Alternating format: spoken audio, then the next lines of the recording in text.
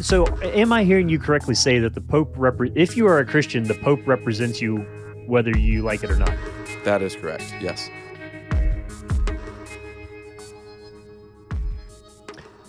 Hello, and welcome to Thinking Out Loud. I'm your co-host, Nathan Rittenhouse. And I'm your co-host, Cameron McAllister. Cameron, big question I have for you today is this has to do with the death of the Pope or a Pope. And for the people who aren't Catholic, which I'm not, what what is the significance of this? So we can kind of answer this in two ways. So the significance of this for Catholicism, but then also for the rest of us, so to speak. I mean, obviously, somebody who has massive global recognition, there's that element to it. But I guess culturally, theologically, symbolically, some kind of other ology, what do you see happening here that would give, let's say, Protestant evangelical the reason to say the Pope died and you should care about it because of fill in the blank? Well, firstly, I think probably you'd have to say because the Pope is one of the most significant, from a global standpoint, representatives of the church, for better or for worse. Mhm. Yeah, so a lot of, especially for those who are not Christians, by the way, when they look at the church, we're speaking, the church as a whole in sort of abstract terms, many would look to the Pope as a key representative. And so from that standpoint alone, I think you want to take stock of the current Pope. You want to know about what they think. You may want to familiarize yourself with an Okay, hang on a second. encyclical every now and then. Yeah, but so am I hearing you correctly say that if you are a Christian, the Pope represents you whether you like it or not? That is correct. Yes. Now, and again, I'll bring in. I know that many who we have a broad listenership. Some of you may be Catholic, some of you Oh, for may sure. not, and some of you may have For strong sure. reservations about that. For sure. We know there's a spectrum That's here. everybody. Yeah, and we know that there are some people who have some very serious scruples about Catholicism. But yes, very obviously, if you just take a step back and you think about those outside the church, and even those who are relatively biblically illiterate, don't know that much about Christianity, if you quiz your average person and say, what how would I learn about the church? Who would be one of the key representatives? I think some of them might say, well, I don't know, the Pope. So there is that. Now, this is a very instrumental and kind of clinical way of answering your question. So let me speak specifically about Pope Benedict XVI, whom we've just lost. I think he was 95 years old. Up He's there. a pretty unique pope in many ways. He was one of only a handful to abdicate. Some of you will remember this, the papacy, and I think he was the first to do so in 600 years. So So is that's he a long technically time. Pope Emeritus? Is that how they I mean, you're not still the Pope, I'm not so sure what. what's the Yeah, I'm I not think I sure what saw the Emeritus designation is. stuck on there somewhere. Right. But he spent the rest of his days in Rome, working essentially as a serving the church as a scholar. So one of the distinctives of his other Carl, his name was also Joseph Ratzinger. That was his He was German. birth name. Hmm. Lived through very tumultuous times. Saw the Second World War, but also he was a key person during Vatican II, which makes him very interesting. So Yeah. he held very strongly to traditional and really sort of some of he was one of the guys who stood against some of the more progressive strains. So he held the line, and this is why a lot of people have looked at him and actually said he's one of the favorite popes of Protestants. That's actually something that has been said of Mm. Ratzinger before, that he was kind of a favorite of Protestants. And one of the reasons that's said is if you actually read his writings, so his books or some of his encyclicals, he was a very strong voice against the onslaught of modernism. I mean, the great challenge for the Catholic Church in recent years has been the modern world. You have this ancient institution, and this world that seemed to be just changing at such a drastic pace. I mean, that was really the crisis that occasioned Vatican II, if you have to put Mhm. it in general terms. But so Pope Benedict XVI was instrumental in standing firm for truth and in standing firm for the notion that we don't have to succumb to a relativistic outlook. We don't have to sort of fall in line with a superficial form of pluralism that really has very little to do with the actual celebration of difference. He was able to do that in a very sophisticated way, and he was able to push against some of those modernizing trends while also recognizing that we do have to make some concessions to the modern world. We probably shouldn't hold Latin mass anymore. Sorry to some of you who may be fierce traditionalists there, but that was, I think some of us would, features like that which became so incredibly foreign and so incredibly incomprehensible to people, to the point where imagine attending a church service, imagine going to mass and you can't understand what the priest is saying.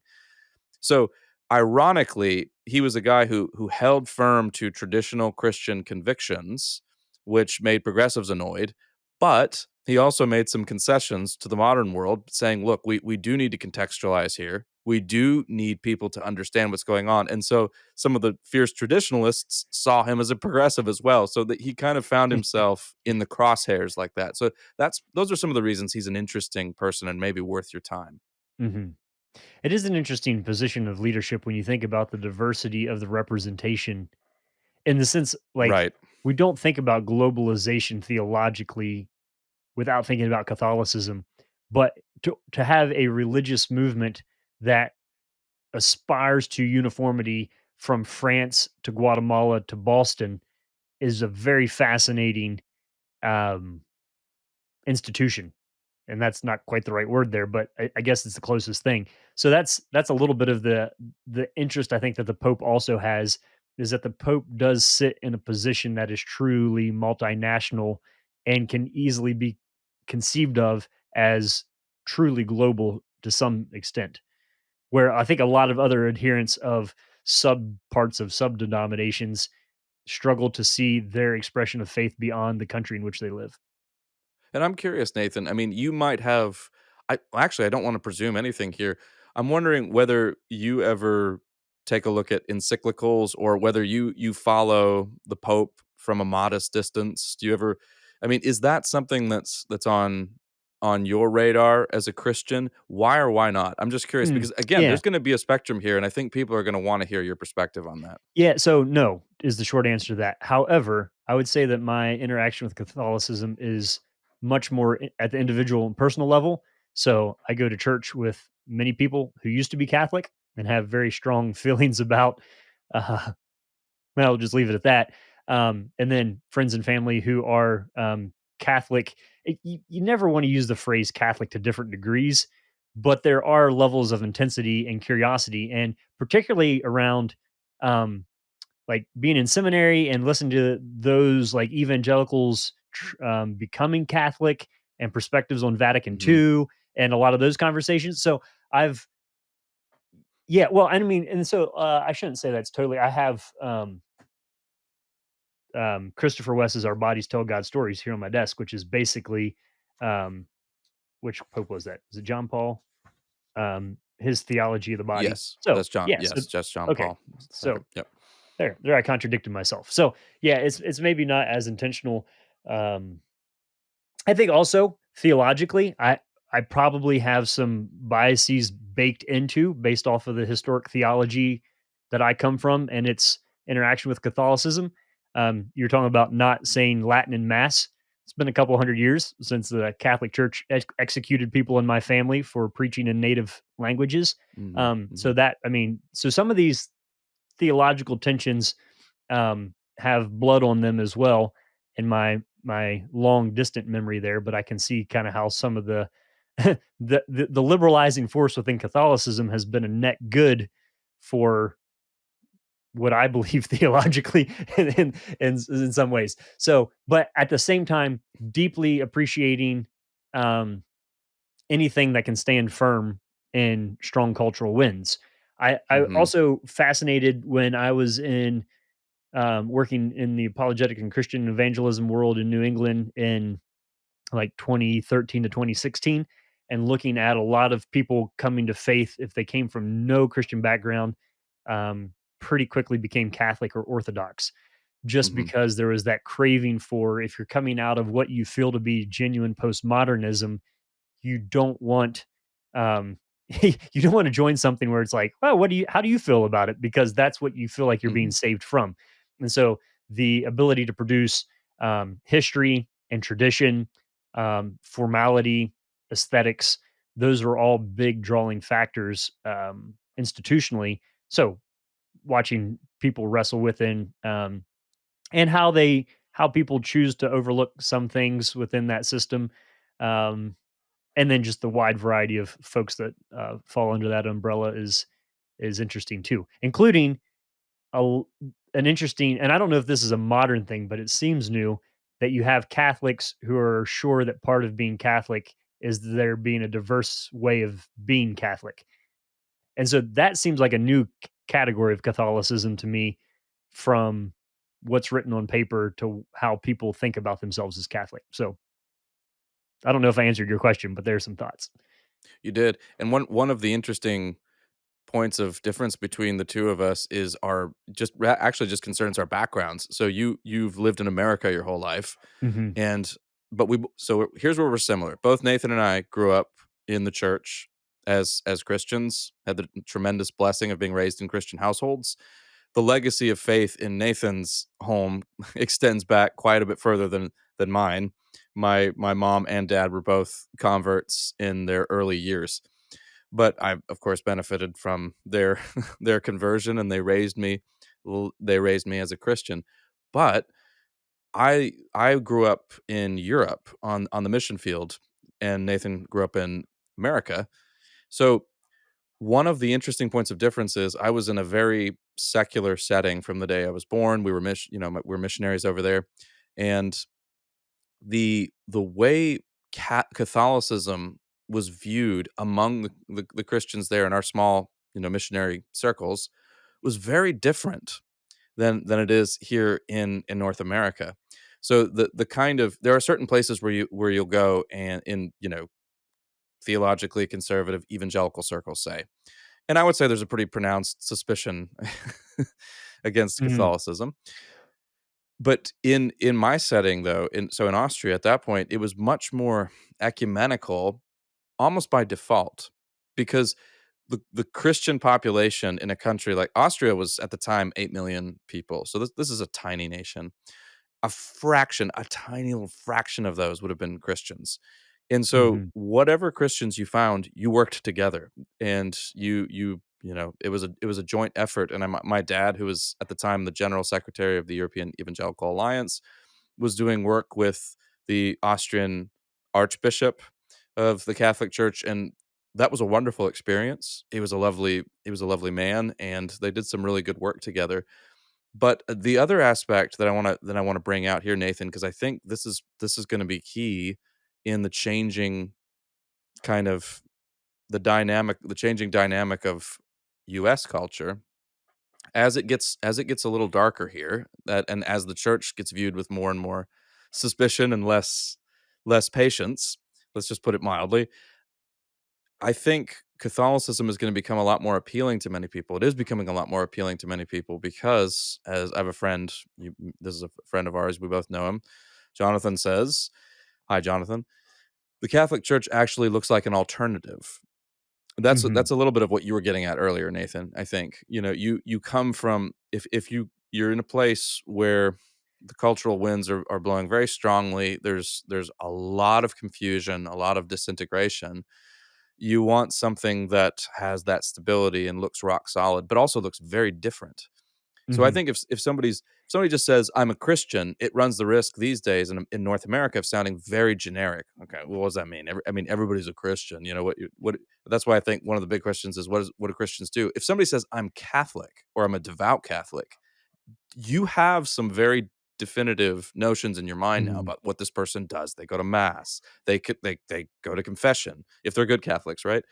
So I think those are some really interesting factors. I mean, I even when I was in a grad program where I had some Catholic professors, I mean, I saw a fair share of my fellow classmates convert to Catholicism because of some of these very issues. So I think that's where it's worth bringing that into the Mhm. discussion here also, Nathan. Yeah, so one of the fascinating things, though, is that the Catholic Church has also continued to exist with that perception despite some crazy, crazy history and scandals. Sure. Yeah. And so And there's very a recent scandals, of very course. recent too. Yeah, Yeah. so it's that's just interesting. But another thing I was thinking about while you were saying that, like thinking of friends in college who were Catholic who didn't believe in God anymore, but very much felt the need to continue being Catholic and going to mass, which was a strange Hmm. because of the aesthetics and the repetition and the comfort of the routine and a place of like I know exactly what's going to happen when I walk in. Um, that you don't get that from um, non-denominational, you know, 21-year-olds. You know what I'm saying? And so there is a structural sense of buy-in and routine. And man, many would say the beauty is it's not just like you know what's going to happen at your local church, but anywhere in the world you go. And so I think a lot of the people, I think if I was Catholic, I would lament the loss of Latin because that is kind of a cool feature that I could go to any church anywhere in the world Mhm. and know what to say and do. And I mean, I did attend Catholic churches, some for curiosity and some for assignments at different phases of theological education, and talk to and observe and hang out at monasteries and um, try to get a feel for it. So there's a sense in which I guess you would know this better than I do in the ecumenical sense of it. Of it always seemed to me that there was a deep differentiation kind of between Catholic laity and what they theologically were pursuing. And then maybe like when I read stuff, I'm like, oh, that, yeah. So it seems like there's a disconnect maybe between Catholic theology as it's like written by the Pope and then as it's experienced and lived out by, and that's probably true of any church or Mhm. denomination. So, or religion for that case. So I think like I don't have any Catholic friends or family that I think I'm going to hell because I'm not Catholic. So, I mean, that's standard Catholicism. If you're not part of the church, you're damned. But I don't think most people that I know kind of like live that out or feel that for me in the same way. Mm. So that's what I'm kind of pointing to in the sense that like even for a lot of Catholics, the okay, so this doesn't even make sense to say this. Um, This is where we need some Catholic friends to help us out. But there's a sense in which there are like Catholics that are more Catholic than the Pope. Like you hear that joke, right? But Mhm. that's Sure. literally true that there are people who think like the Pope has lost his way in modern times.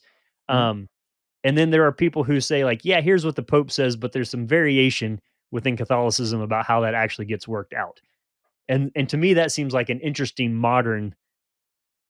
I mean, so you've always had your It is. division of like types of monasticism, but the way in what and maybe that's just an American version of Catholicism, and I Yeah. haven't run up against the international sense of it in the same way. Well, no, there I have a whole lot of thoughts to that because so David Bentley Hart, who is not Catholic, he's Orthodox, but he made a really important point in a lecture that he gave on the future of orthodoxy in America. But this would apply to Catholicism as well. But basically he points to the unique American, what do we want to call it? Alchemy, transmutation, I don't tendency to take whatever comes into its mix and remake it in its own image. And so that has and it, so he was basically saying this happening to the Orthodox Church in North America is all but inevitable. certainly that's the case with Catholicism. I mean, a number of other theologians have pointed that out as well. Stanley Hauerwas has pointed out that the Catholic Church in America is very distinctly the American Catholic Church. So Mhm. yeah, that's a factor of the tremendously seductive culture that is America on the one hand, and because it's different, there are other nations we've talked about. I mean, a striking contrast would be a theocratic nation where whatever the religious rule that exists is enforced. There's real power in that, obviously, for better or for much worse. But then there's the tremendous insidious power of seduction, and that's where America rules supreme in seduction. Yes, And that's interesting. Well, hang on, before you yeah, go on there, can I ask, because Catholicism has in some ways specialized in syncretism. If you look at a lot of its mm, practices and where it's picked up and how it's adapted itself subculturally around the world, sure. um, in fact, that would be one of the places I think where sometimes even evangelicalism would be critical of saying, you're kind of just taking over ideas in the area and adding your own, Christian flavor to them." And people can be critical of crusades and missions and all that, and some of that is a bit simplistic. But yeah, if you try to like any sort of theological syncretism with an American ethos is inherently, oh, do I want to say that? I almost want to say it's inherently unique, like to try to hybridize whatever it is that America produces with a global religion. It's it Yeah, but seems like here's the that's not interest. something that you can quickly subsume into your structure. Sure. Right, but here's the interesting this is back to the remark you made earlier that you know some people who have long since ceased believing in God, but feel the need to continue going to mass and going through those rituals. But that's also I don't think that's restricted, and I don't think you would say this either to the Catholic Church. I Mhm, mean, yeah. the look, I'll let you do the math. I'm not going to name names, but there's a sizable church in Atlanta with a very well-known pastor, and I know that many of the people who go to that church are not believers and certainly don't live as believers, but they go there because of now it's a very different set of rituals. It's funny to use liturgy in conjunction with churches that have fog machines and you know worship bands that sound a little bit like U2 and or Coldplay, but nevertheless, it's still there, and there are very encouraging and sometimes practically helpful motivational messages from the pulpit. So, but people go there just because it's a community, because they feel invited in, because they like the music. I mean, and so a lot of people, Alain de Botton, I'm sure I'm mispronouncing his name, French philosopher. He talks about a lot. He's an atheist, but he talks a lot about the aesthetic appeal of religion, which is actually very easy to understand. I mean, the marvels of architecture in Catholic churches, and Mhm. if you like the music, I mean, even Bach's Saint Matthew Passion. I mean, my goodness. So you you have. I mean, there's a draw there. What's unique to the modern world is that people can latch on to some of those aspects and see them as nothing more than fashion statements or nothing more than the same kind of I mean, the notion that you would go to a church for the same reason that you would go to a museum is very modern to me. That's a Mhm. strikingly modern thing to do rather than to go there to worship the living God. But I don't but I still where I think Catholicism has a distinct edge here in North America is that it's still for all of that, it still looks very, very different and very strange and Well, alien. okay, so hang on. So we're seeing that and saying that's a good thing, but let's Yes. scroll back not so many decades in Mhm. which there was massive Catholic persecution in our country. I mean, like, let's Right. not Yeah. skip over that whole. No. Yep. So let's just name that for all of our Catholic amigos listening in on that. We recognize that history of the being different to the degree of severe superstition, Yes. um, Yes. about how, yeah, or what's going on. So yeah, I don't know that we need to go into that, but I want to No, acknowledge that but it in absolutely passing. needs to be mentioned. Yep. Um, so yeah, well, let me loop back around. So let's take how then I still haven't answered my question of how I engage with Catholicism. Um, I would say, all right, let's look at Charles Taylor, for example. I would say Sure. Charles Taylor is massively influential as sort of bedrock foundational pillars of some of the structural analysis of the way in which you and I think, at He least is. Yep. sociologically, about religious epistemology in the 21st century. And he lays a huge amount of the blame on the Reformation too. So yeah, so I guess, so how do I? So I think I approach it with um, a deep sense of understanding for people who have like, I'm out of here. This is crazy. I'm bouncing. Okay, I get that. Also, though, I'm not too knee jerk about that either, and have a deep sense of respect and appreciation for a lot of what not only Yeah. is developed there, but what is maintained there. So in Mhm. some ways, the Catholic Church does act as a bit of a cellar theologically of some good ideas that need to be preserved long term. And I would say one of the advantages that Catholicism has is Catholics are better at naming concepts and ideas than any other group of people I've ever run Mhm. into. Yeah. Like, Yeah. part of it is because they've been working out stuff theologically for knocking on 2 millennia here. Oh, yeah. Yeah. So 1600 years at least. Um, so there's an advantage there where you're not going to probably be able to do theology well anytime in the future without engaging Yeah. Catholic thinkers, using Catholic inspired vocabulary and terminology, and at least using them as a deep conversation partner Yeah, in you don't want what's going on. do away with Thomas Aquinas. Yeah, sure. You might want to deeply disagree with him on a lot of things, but you don't want to skip over it lightly. Yeah, and I again, to bring it back to, you know, the late Pope Benedict the 16th once again, the major tensions that we've pointed to that we confront as Christians and as believers, but that an ancient institution like the Catholic Church confronts in the modern world, this man stood right at the center of those and wrote very eloquently and forcefully and powerfully and compassionately about them.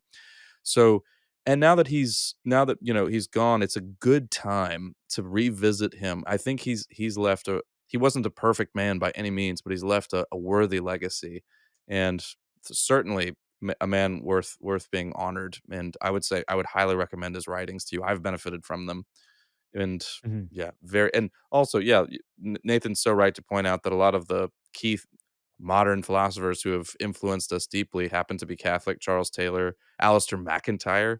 My goodness. I mean, I in some ways I don't know where yeah, I certainly wouldn't be here without their thinking. So, Can I say something here, Cameron, just to make this very clear to our listeners? And I think this is one of the things that sets thinking out loud apart. It would be my hope. Um, because hey, when we worked for RZIM, do you remember we would get hate mail if we quoted Catholic sometimes? absolutely. Can't Yep. believe. I mean, so there was a deep theological suspicion, and sometimes on some categories that is rightly so. But here's the thing: I'm saying it's the wisdom to sort out stuff from the context of the person. If we it's funny, like if you quote um I don't know, pick an atheist who says Bertrand Russell. something true. Yeah. So say you quote something from Russell that's true. You're much more likely to get a pass on that than if you quote somebody from a theological tradition that somebody else Yeah, disagrees isn't with. that sad? So it's kind of interesting. So I've said it lots of times. I'll say it again as a little bit of a recap here, that I think the way that Cameron and I operate when it comes to reading and quoting source material, and I would guess that if you've stuck with our podcast long enough to get to this point, although it's just the second one of the year, um, is that I think of like quotes and books and streams of intellectual influence, sort of like most people think about a grocery store. Like you go in there and there's stuff that's nutritious and beneficial, and there's stuff in there that too much of it will kill you. So, walk into pick your favorite grocery store name brand, Publix. We'll go with Publix for Cameron, right? There's stuff in there that's good, um, and there's stuff in there that's not good.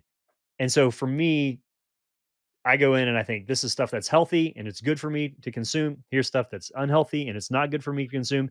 And here's a bunch of stuff that I can produce better on my own. And so the same thing happens for me as I'm reading.